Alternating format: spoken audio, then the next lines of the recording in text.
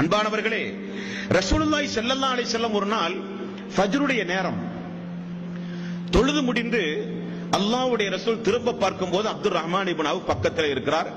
அவருடைய மேனியில் நறுமணம் கமழ்கிறது. என்ன அப்துர் ரஹ்மான் இப்னு அவுஃப் அவர்களே மேனியில் நறுமணம் கமழ்கிறது? யா ரசூலல்லாஹ், நேற்று இரவு எனக்கு திருமணம் முடிந்தது.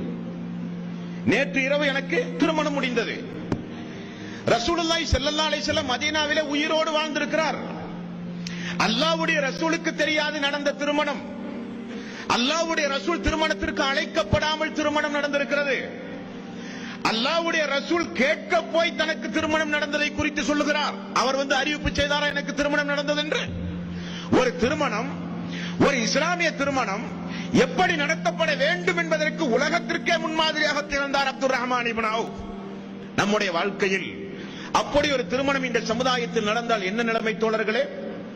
ஜமாத்திற்கு தெரியாமல், நண்பர்களுக்கு தெரியாமல், குடும்பத்தின் உறவினர்களுக்கு தெரியாமல் ஆணும் பெண்ணும் பார்த்து மகர் தீர்மானித்து சாட்சியங்கள் முன்னிலையில் பெற்றோருடைய சம்மதத்தின் பேரில் ஒரு திருமணம் நடத்தப்பட்டால் இந்த சமுதாயத்துடைய நிலைமை என்ன?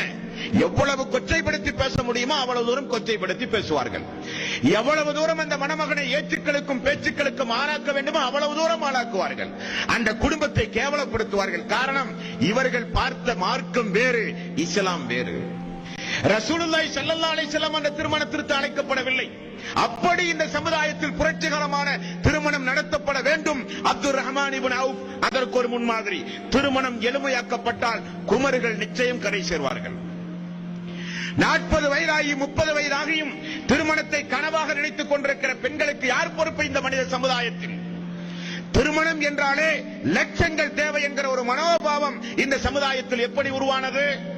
நம்மை சுற்றி நிறைய பரமரத்தவர்களோடு நாம் வாழ்ந்து கொண்டிருக்கிறோம். இந்துக்கள் என்றும், கிறிஸ்தவர்கள் என்றும், புத்தர்கள் என்றும், சீக்கியர்கள் என்றும், மதவாதிகள் என்றும், மதமே கூடாது என்று சொல்லுகிற நிறைய மக்களோடு நாம் வாழ்கிறோம். எல்லாரையும் பார்க்கிறார்கள், அவர்களைப் போல நாமும் வாழ வேண்டும் என்று நினைக்கிறார்கள். இறுதியில் என்னானது? இஸ்லாமிய திருமணம் என்றாலே அது மூட பழக்க வழக்கத்தின் மொத்த தொகுப்பாக இருக்குமோ என நினைக்கக்கூடிய அளவுக்கு சடங்கு சம்பிரதாயம், நாள் நட்சத்திரம் பார்ப்பது, வரதட்சணை என்கிற மிகப்பெரிய கொடிய பாவத்தோடு அரங்கேற்றி பேண்டு வாத்தியம், பல்வேறு வகையான நடன கச்சேரிகள், இவைகளோடு இன்றைக்கு இஸ்லாமிய திருமணம் என்கிற பெயரில் திருமணம் நடத்தப்பட்டால் அந்த குடும்பத்திற்கு அல்லாஹ்வுடைய பாக்கியம் கிடைக்குமா? பர்க்கத் கிடைக்குமா? அருள் கிடைக்குமா? கிடைக்காது. திருமணம் எளிமையாக்கப்பட வேண்டும். வரலாற்று ஆசிரியர்கள் சொல்கிறார்கள், எந்த சமுதாயத்தில் திருமணம் கடுமையாக்கப்படுகிறதோ அந்த சமுதாயத்தில் விபச்சாரம் எளிமையாக நடக்கும் என்றார்கள். ஆண்கள் இன்றைக்கு இலவசமாக திருமணம் செய்கிறார்கள், மிக மிக இலகுவாக.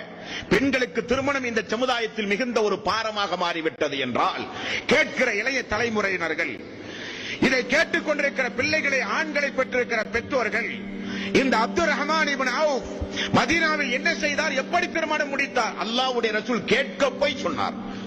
என்ன நறுமணம், என்ன ஃபஜ்ருடைய நேரத்திலேயே புத்தாடை? யா ரசூலல்லாஹ், நேற்று இரவு திருமணம் முடிந்தது. திருமணம் முடிந்த மணமகன் எங்காவது ஃபஜ்ர் தொழுகைக்கு வந்த உலக வரலாறு உண்டுமா?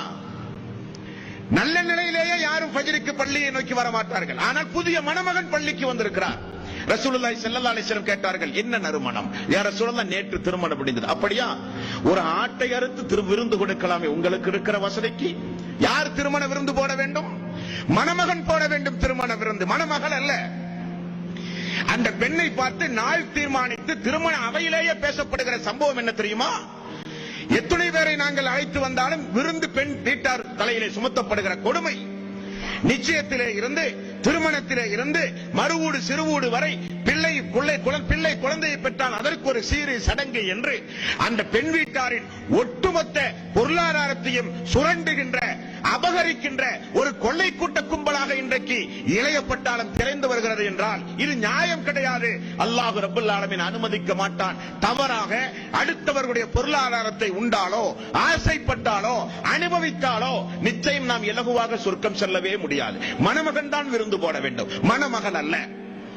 மணமகள் அல்லாஹ்வுடைய ரசூலுடைய காலத்தில் உருவாக்கிய ஒரு சமுதாயம், 1400 ஆண்டுகளுக்கு முன்னால் உருவான ஒரு சமுதாயம். இன்றைக்கல்ல, கியாமத் நாள் வரை உருவானால் பெண்ணை பெற்றவர்களுக்கெல்லாம் சந்தோஷம்தான். ஆனால் இன்றைக்கு என்ன, 2-3 பெண்களை பெற்றால் கோடீஸ்வரனும் போண்டியாகி விடுவான் என்று சொல்லுகிற அளவுக்கு பெண்ணை பெற்றாலே பதட்டம். எப்படி கரை சேர்ப்பது, எப்படி திருமண வாழ்வை அமைத்துக் கொடுப்பது, இதை எப்படி நீ வளர்த்தி ஆளாக்குவது என்கிற கவலை பெண்களுக்கு. ஆனால் உண்மையான இஸ்லாம் என்ன, ஆண்களுக்குத்தான் அந்த கவலை வேண்டும். ஆண்களை பெற்றெடுக்கிற தாய்மார்களுக்கு அந்த கவலை வேண்டும். மணமகனுக்கு விருந்து கொடுக்கிற வசதி விருந்து கொடுக்க வேண்டும். மணமகன் தான் திருமண நேரத்தில் மகர் கொடுக்க வேண்டும். திருமணத்தின் அனைத்து செலவும் மணமகன் தான் செய்ய வேண்டும் என்று சொன்ன மார்க்கம் நேர் தலைகீழாக இந்த சமுதாயம் மாற்றிவிட்டது பார்த்தீர்களா? அப்துல் ரஹ்மான் இப்னு அவுஃப் திருமணத்தின் மூலம் இந்த சமுதாயத்திற்கு ஒரு சட்டம் சொன்னார்கள். திருமணம் என்பது ஏழ்மையாக நடத்தப்பட வேண்டும். ஏழ்மை திருமணத்தில் தான் அல்லாஹ்வினுடைய ரஹ்மத், அல்லாஹ்வினுடைய அருள் உண்டு என்பதை நிரூபித்த தோழர் அப்துல் ரஹ்மான் இப்னு